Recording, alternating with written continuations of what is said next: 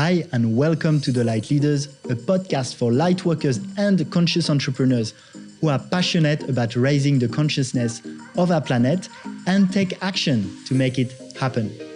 I'm your host, Alexis Lember, and I believe that we are currently in the middle of a global awakening of humanity, that right now is the time for heart-centered conscious people to step into our power so we can replace the old paradigm and bring the conscious new earth into manifestation.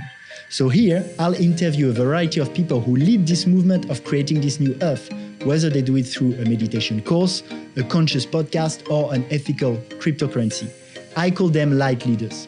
If you resonate with our mission, please help us spread the message by sharing this podcast.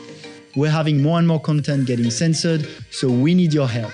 Make sure to stay in touch also by registering to our newsletter on thelightleaders.org. If you hear little nuggets you love and you'd like to share, screenshot this episode and share on your Instagram stories, make sure to tag us at the Lightleaders podcast and we will repost. I have a question for you. How can we build a new earth if we keep using the old systems? We can't. And this is why I'm such a fan of decentralized cryptocurrencies.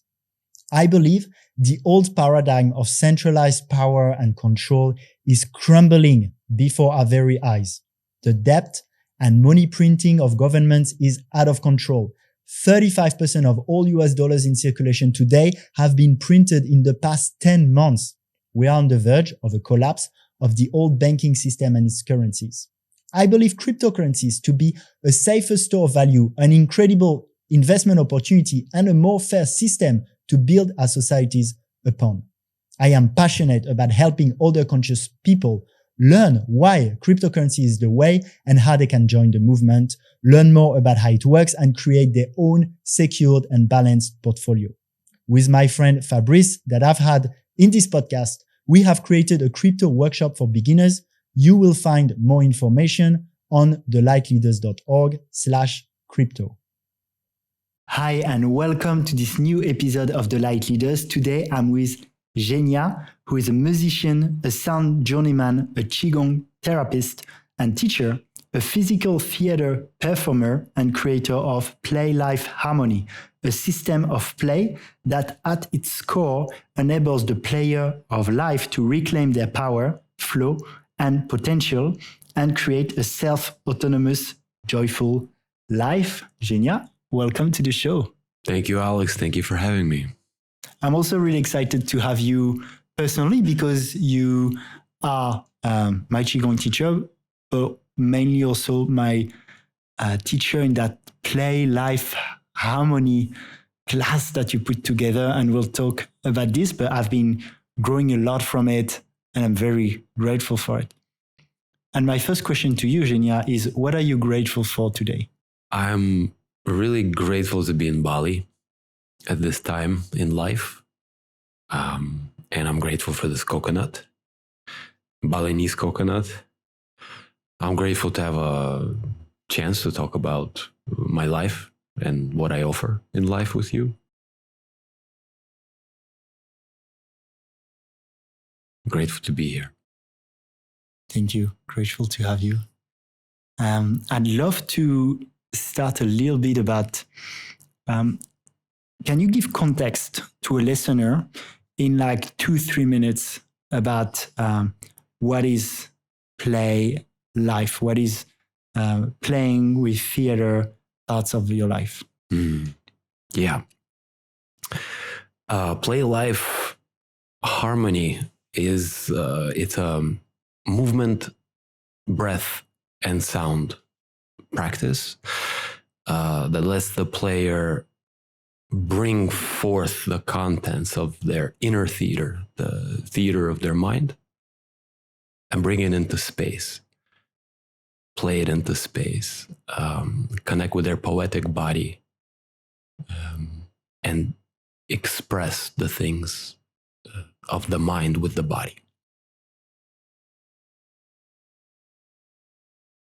Can you expand a bit more? Yeah. Well, there's a saying, what you don't play will play you. And so many of us are played by certain roles in life, roles that are sometimes given to us by our parents, by what we learn in school, by society, by friends, by partners, and by ourselves. So by engaging your player, you can connect to the role consciously and express it consciously and choose if you want to keep that role or other roles, or if you want to grow beyond that role, or if you want to transform it. So say, for example, a lot of us growing up are patted on the head by our parents, and our parents say, "Oh, what a wonderful boy or girl you are. Oh, it's so good when you're quiet like that." And we make the connection that, oh, okay, when I'm quiet, I'm good. And then we embody the role of the quiet one, or the shy one, or the soft-spoken one. Meanwhile, there are energies inside that are growing up and riling up and want to come out and express in various ways. So shadows start to grow, right? So with PlayLife, it's an opportunity to grab the role itself and the shadow around it and bring it into space and make a conscious decision about what role you want to play in life. Role meaning your character, meaning how you choose to express your energy, right? So choosing your roles and your outlet consciously. Yeah, thank you. It's a beautiful explanation. And having done quite a few sessions with you, I can feel how that specific topic for me was raised. I was very apologetic sometimes when I was speaking my truth or being in my power, and playing it in different ways. So it can be playing a ridiculously apologetic person. Like, please, can you do, I mean, it's okay if you don't want, but, and play it this way, created really more consciousness. And I really feel that it gives me more choice and more permission to adjust my behavior of being in my power without then the other side of it that we can play, which is really overpowering.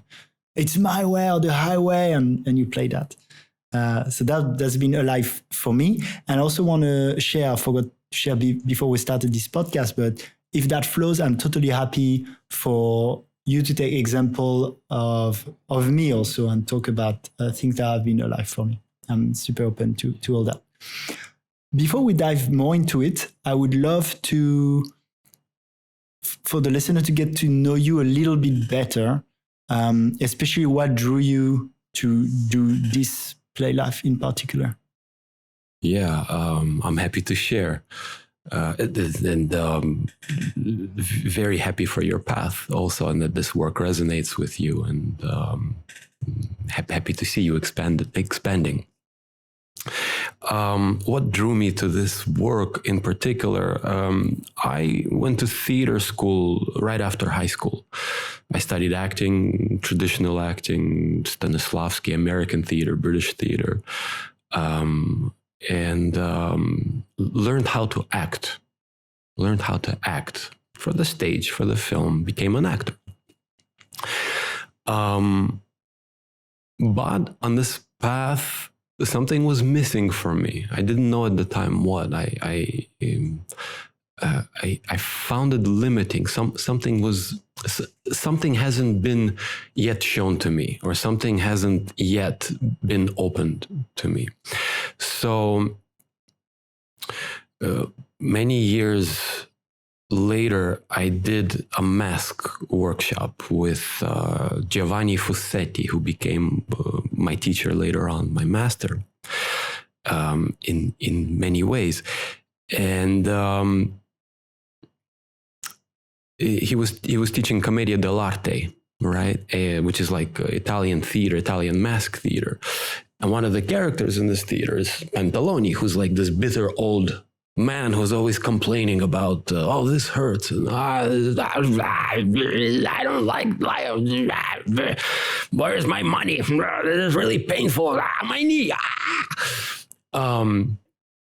And having come from more traditional theater, kind of built on sense memory, really going into the emotional life of something.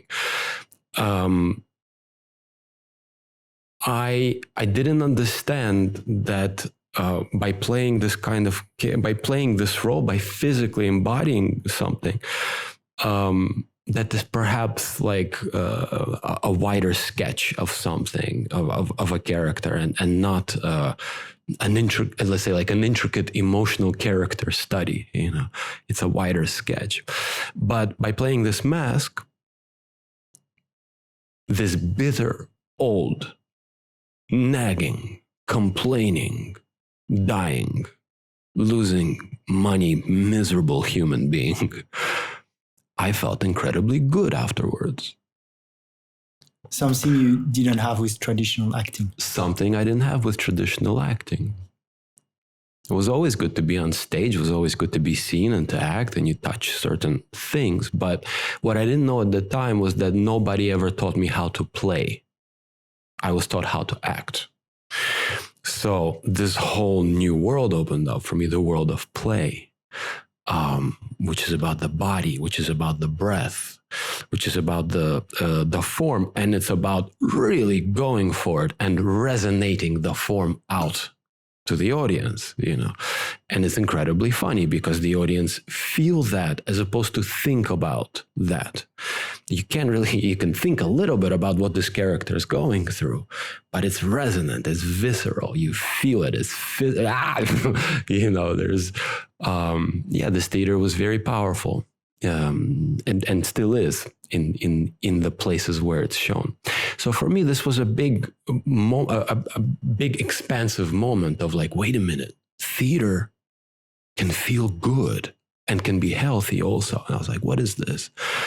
And so Giovanni was starting a school in Florence, a 3-year program.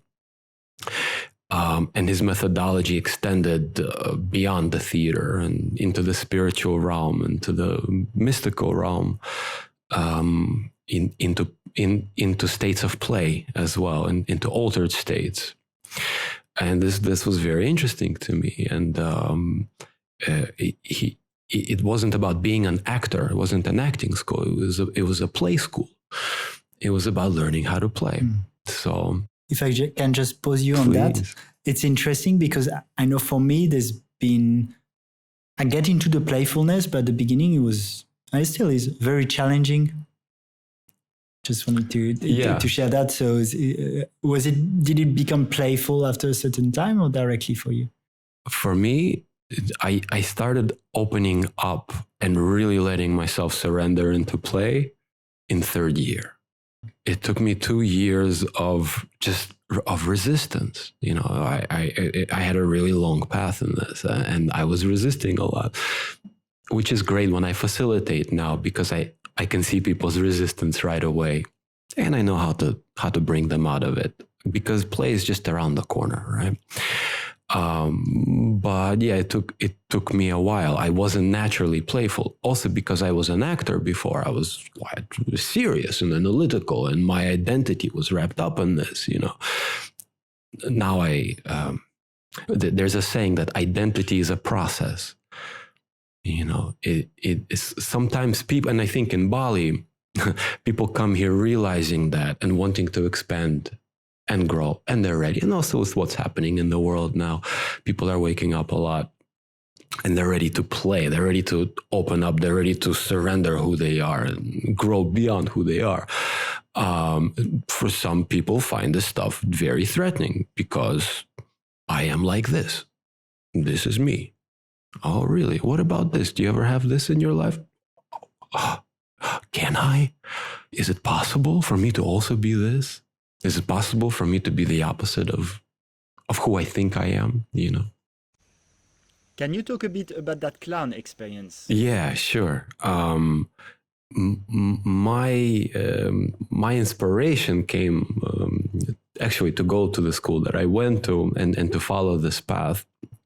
I was living in New Zealand, and I went to the circus, and I had already been doing stage work, but this was something else. It was like free and poetic and incredibly playful, and it touched me on such a visceral level that I didn't know why. I didn't understand, So then a year later, when I was studying clown, you realize clown is the smallest mask in the world. Studying clown out of that. Studying clown. Yeah. A clown is like your personal folly or your personal fool, which we all have. Sometimes we get very serious, about life, and it's good to be reminded. I mean, I'm a podcast host. That's not a clown.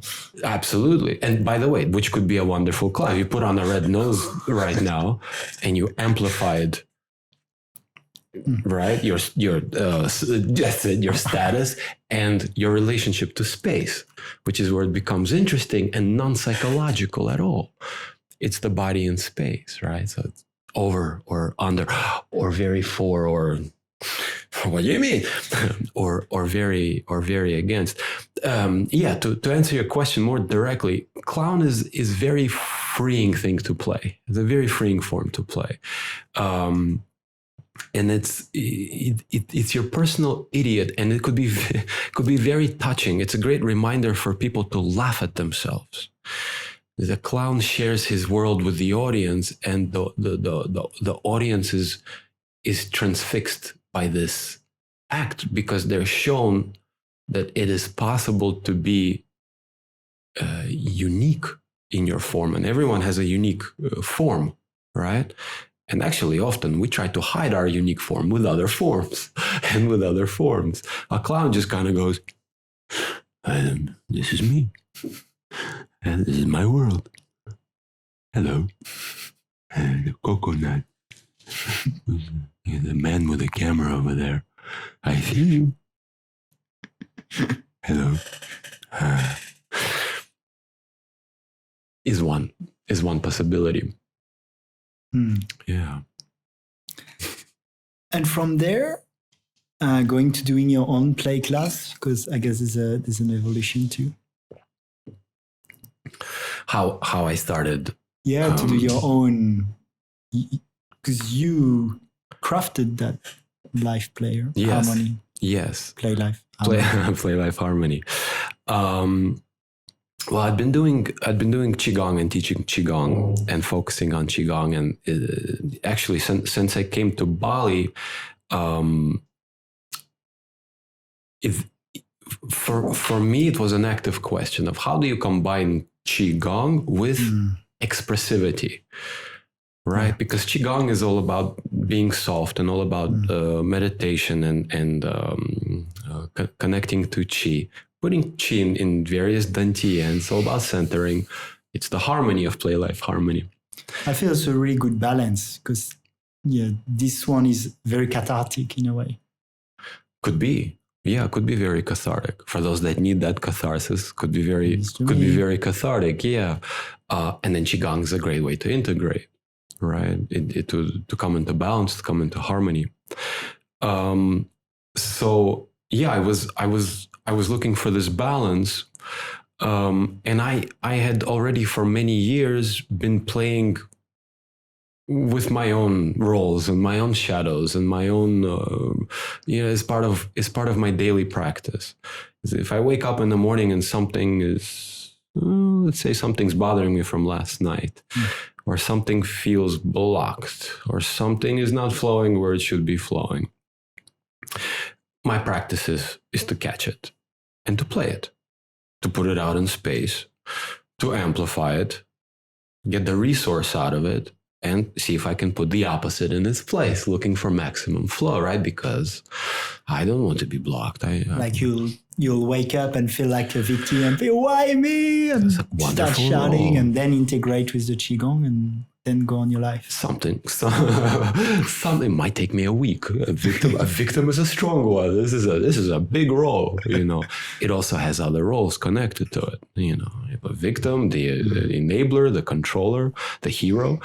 There's a whole story there. All right. So playing one role might create a parallel role, and now we have a story. And now I might touch something from my childhood. And now I might touch something, see the parallel of where that's happening in my real life. So I might get an insight from that. What are some of the main roles you see and that are good to be played or important to be played? Yeah, sure. There's so many. Like a few, just for fun. Yeah. Well, if we think about a person's relationship to space, right? You have over and under, right? Over, you're could be the boss, could be the I want things to go this way, could be the king, like the archetype of sovereignty, right? The ruler. They're not direct. A different person might see this relationship to space in a different way. At its worst, it becomes sadistic, right? And you have the under, and they're directly related, right? So at its best, at its archetypal, this is the apprentice. It's a very healthy under, right? At its worst, masochist. It's the masochist, exactly. And you can get into the archetype and let yourself play a bit, right? Or you can amplify. You can amplify this as well. But is to get out of your head, you need the body's relationship to space plus breath. Space plus breath equals play. Yeah, I was going to ask you, maybe let's go back to more roles later, because I find that so many. But what I feel is quite unique with what you do is it's very in the body. You don't think you try to make yourself sad and play being sad. It's like, what's the tuning to the body, the reality of the body, through also the movement, the breath, the space. Yes, it could also, for example, a person might come thinking that they want to express particular roles, but what their body is immediately revealing might be something else. Because effectively we do breath work kind of during it, and breath work is all about letting the body express itself. Breath work is the before. I would say it's the right before. It's the getting into a state to then let the body resonate and seeing where it wants to play. Then okay, you are the player and you are the observer as well. So by observing what's happening in the body, you can start to articulate it. You can start to amplify it. You can start to create a story with it. You can create a voice with it. You can create the kind of breath. Say animal work, say you're playing animals, and you decide there's something in your body that, poetically speaking, expresses itself like a monkey. Okay, you get into the form and you start to play.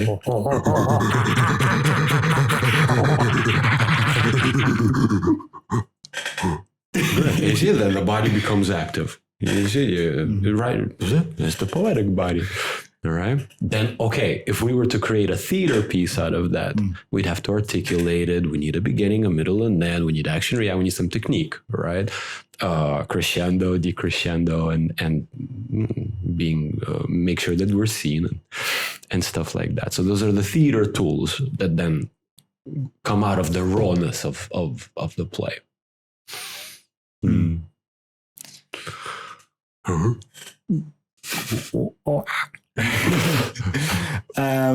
More roles. I'd love to hear about like the main things you find. More. I want to.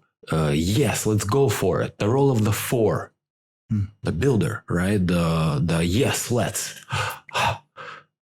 wow, what kind of camera is that? Oh my God, wow, that's an amazing, look at, this microphone. Your dreadlocks are so beautiful, your hair. Wow, what kind of light is that? Wow, we're in the mood, oh my God. Wow. Hey dude, how are you? Are you good? Wow, what a great phone. And on and on and on and on. And then, of course, at the end of the day, when you've been a positive force of nature for everybody and everything, and you come home and you go, God damn it, I'm so fucking tired, man. Leave me alone. Bzz, bzz, I can't right now look at this fucking phone another time. Coconut. Damn. That's all they got here in Bali. Ugh. Rolls. And you play it out and you feel it out and you see it. And you're back in flow. The role's not playing you anymore. Yeah, I can find some from my experience also how the very apologetic. I talked about it. I'm sorry about that. Yeah, can't do anything about it. Nothing. Yeah. Horrible. The overpowering. This one's really edgy to play. Like almost like I'm gonna kill you, and like the angry, overpowering, violent. The angry, overpowering, violent. Yeah. So like verging on the sadist almost, or the tyrant. Yeah. The tyrant as an archetype. It's like my body wants to play that, and I'm like, no, that's too much. It's not too much if you play it. Yeah. Yeah. It's too much if you act on it. Even talking about it on the show, I'm like, should I talk about that? Now everybody knows you have this role. And then people can go, wait a minute, am I like that? I think sometimes I felt like being really, really violent, but I'm not supposed to because I'm a kind-hearted boy. Yeah, I've always to my been told. meditation. Good, yes, it's time to meditate. Yeah. Oh. I'm also interested in, like recently, I feel you've structured a bit it in a way where the first class I did with you was more experimental, and now you came up really with a structure. I'm interested if you want to talk about also kind of up-leveling this to a method really, and something that also I feel can become your job in a way and bring financial freedom, because I feel some people who listen to us are interested in the play life, but could also be interested in how you came from that, from your passion or your unique blend of skills and made it into a compelling offer. Yeah, it's a good question. To be honest, I'm still trying to figure it out. You will relate. In Bali, the spirits talk to you, and Bali has a way of amplifying revelations. Showing you where you need to go. You meet the right people. Certain times there's a moment, a spark. You hear something, you watch something, you connect with something, you resonate, then it moves. Then all of a sudden there's a space. And then in this space, there's a person and they're asking you questions about expressing how to express fuller. And then next thing you know, you're making theater with them. And then next thing you know, they reveal something of their personal life. And then next thing you know, you're coaching them on expressing that, and then growing beyond that, and then you feel good after that, right? There's a kind of resonance and a kind of warmth and a kind of flow, and you're going, this is my path. This is what gives me power. This is what gives me energy. And money follows that. Money follows power. Money follows flow, right?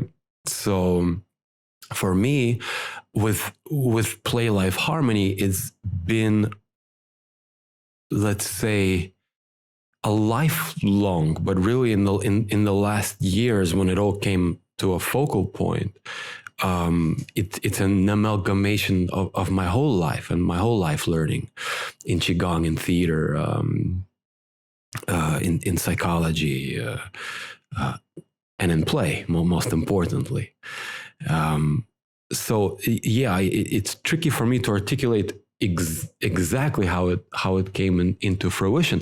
But I will say this: there's a big difference in something is to be said for creating a course and an elonged path. So that it's more than once, and then it's more than just a kind of taster. That it's a course. And also, I call it a course, not because you come to me for therapy, and I'm in the role of a therapist, although there's aspects of that as well. I'm offering people the tools to do this themselves and to understand it as well, to understand how to shift beliefs through physical theater tools, how to use QiGong for self-expansion and things like that. So in that sense, these one-offs became longer routes. Let's say that. Yeah, and it's true that you also have that awareness where, and I'd say wisdom, where there's a part where the body plays, and then there's a part where you help me, I find, fine-tune also the balance. So to take back the example of the super apologetic or overpowering, it's then embodying how can I be still in my power, but in a way that's also, or be decisive, but also with compassion, with understanding and staying open and finding that balance. And often there is a refinement between, we can play two extremes, and in the middle, there's a way this can merge in a beautiful way. Yes, you take the power from your role and give it to the player, and your observer is also watching this process, and that's where the fine tuning happens. And you can add into the alchemy of this the qualities that you want for yourself, or the resources that you want to pull out of these certain roles, or these certain archetypes. They carry a lot of energy. You can fine shift that for your life, or free up from where it gets blocked for you. Yeah, and I became way more conscious of when I felt, for example, apologetic to speak my truth. And how it was embodied, for example, in a session was, I think you asked me to embody a leader or decisive, and somehow it looked like I had a big weight on my shoulders. And that's how the body associated leadership and decisiveness with the burden of the weight on the shoulders, when being a leader and being decisive doesn't have to be this way. Not at all. So here it's really the body's wisdom speaking, I feel, and you didn't even have to pick it up. I picked it up myself. Yeah. Like after 3 seconds, I was like, whoa, okay, that's how my body shows up when we talk about leadership and decisiveness. Right. Yeah, absolutely. And then you go to the belief systems around leadership and decisiveness. You kind of go to the roots of understanding around that role. And then you can say, where do these ideas come from? Is it true that a good leader must be burdened all the time? And probably consciously, I didn't think it was true, but my body still thought that was true, that leadership was a heavyweight. And how, can I ask you, how did you feel after playing that burden, or playing through that burden, or that weight? Yeah, I felt liberated. I felt more free. And I also find that I feel, because then we use the body to see it, and then we use the body to rewire it too, because then you'd ask me, now walk as a leader, and that doesn't have that weight on their shoulder. And like we embody that more free, flowy leadership. And so I feel that this being in my body, it makes me way more conscious. So for example, even on the podcast, if I'm like very shy to say something, I will notice more that I'm playing that form. Right. And in many ways in my life, it has played Also in my intimate relationship, I found a shift where I was not really speaking my truth. And then I became way more conscious of that. Beautiful. By the way, you do with my now ex-partner, but we were doing work as couple. I think it's amazing because rather than sorting out things through the mind, you play them. It's a way to, like playing conflict, just the concept is amazing. Yes. Yes. And the last thing is I feel like playing these edgy things, then I can see how you can do everything in life like this, like, in this divine play, in this cosmic joke, and see every challenge as an opportunity to play. Absolutely. Oh my God. Yes, it's Maybe true. I don't need you. I'll just do a solo podcast on your PlayLife Harmony Classes. Yes, I would even add that you can start to see the world around you and the characters in the world around you, the various forms and various players and various roles that are playing the players as well. And this is also really, really great work, practice path, I would say, for if you see something in the world and it triggers you, as your mirror right there, it's like the universe is mirroring something right back to you, and often, and especially in Bali, in Ubud, there's a lot of meditation here, and there's a lot of spiritual practice, and a lot of it bypasses the body, and a lot of it bypasses play, which I think is really unfortunate. And perhaps you can take this path and take this long road to detach yourself from what you see, detach yourself from how you feel. Breathe with your nose, let go. But I would question if the roots of those triggers get dissolved fully. Uncertain paths, and I'm not speaking for all spiritual paths that don't use the body. First of all, I don't know about all of them. But on PlayLife, if there is a trigger and you start resonating, something happens to your body because of something external, you can play that. You can play with that. You can pick. You can pick certain things in certain people. Also, not just them triggering you. You might find it very joyful. Certain forms and certain characters and certain characteristics. And what is it like for my body to do that? I don't usually do that. Like the monkey, something pleasurable about that, or other animals. So it becomes a tool of expanding your expressivity, expanding your creativity as well. And at the same time, healing those things that trigger you, healing those things that vibrate sometimes where you go, ooh, I don't want to see that. No, I don't want to deal with that.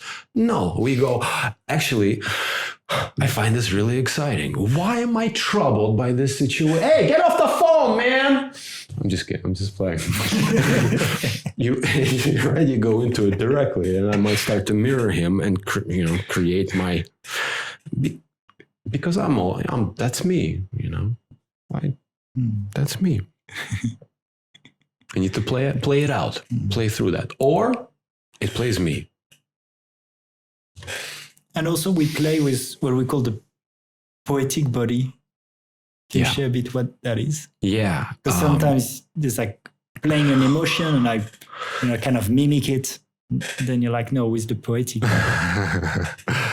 Yeah. We have to be careful of high school theater, we have to be careful of expressing ideas as opposed to fully embodying forms, and fully being present with breath. We have to resonate. So the poetic body is a big topic. But what I can say about it is it's your transpersonal body. It's your archetypal body. It's the body that knows. It's the body that remembers. Remember when you were a lizard way back when? Good old days. Those good old days. Remember when we were monkeys back in the day? Remember how the sun comes up and becoming that. So it's the body that mimics the world around you. It's the body that's impressed on, that is expressing beyond the personal. All right. So when you come in and you say, I'm really tired today, which you is tired today? Which you can put that aside, let it go, and play in full power. Yes, super interesting. Zhenya, we're going to be close to the end of this episode. Close because quickly, like you talked about blending, QiGong, and acting. I know you're a great handpan player too. Did that help to create those classes? It's another world for me. To my musicality, it's another space. It's the music has its own mask. You can say the music has its own energy. It comes through me into the instrument, into the world. So it really becomes less about me and my body in space, more becomes about the music in space. So, but, and yeah, I can't connect it directly, Okay. It's another thing, another aspect of my life I enjoy just as much, in another kind of poetry. Thanks, Zhenya. How can people follow you? And what is it? Maybe an offer you want to share with the people who listen? Yeah, thank you. Online course maybe coming? I'm trying to get away from the online stuff, and especially for work like this, for practice like this, you have to come to Bali. You have to be in Bali. Retreats, yes. So at the moment, how do you say the was it lowercase dash? What's the official word for the underscore? Yeah. So the handle on Instagram is play_life_harmony.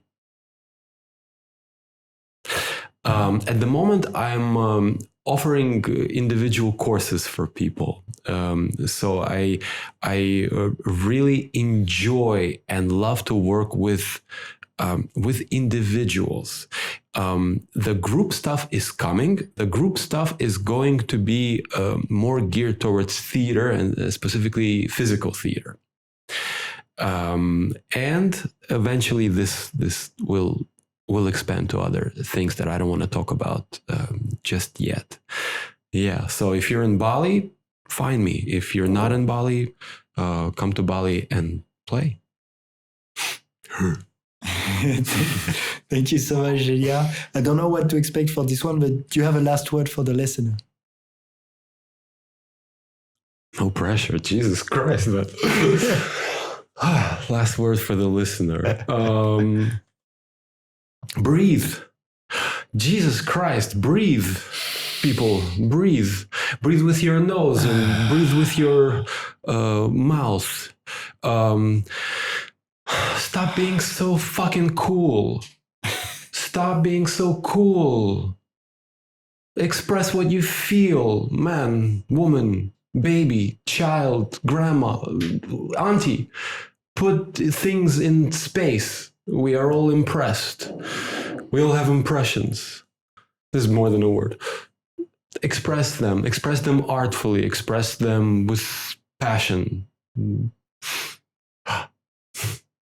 Breathe. Thank you, brother, for sharing this amazing work that I think is really incredible. And I've done a lot of personal growth things. Super grateful personally for the work I've been doing with you and for you coming here to share that with myself and the listeners. Thank you, Alex. Big fan of your podcast and great pleasure to be here. Much love. Thank you. Thank you. Thank you for taking some of your precious time to listen to this podcast. If you stayed until the end, I assume it was insightful. So if you like this podcast, please share with friends. Remember that if you tag us in your Instagram story at the Lightleaders podcast, we will repost. Tell us what you've learned. You can also leave a review on your favorite podcast platform. Now, if you want to stay posted about new podcast releases, especially as we get censored more and more on big tech platforms, make sure to join our newsletter and our Telegram. You'll find the links on thelightleaders.org. And feel free to contact me directly too, whether it's for feedback or potential collaborations. Thank you again, and let's co-create the conscious new earth together.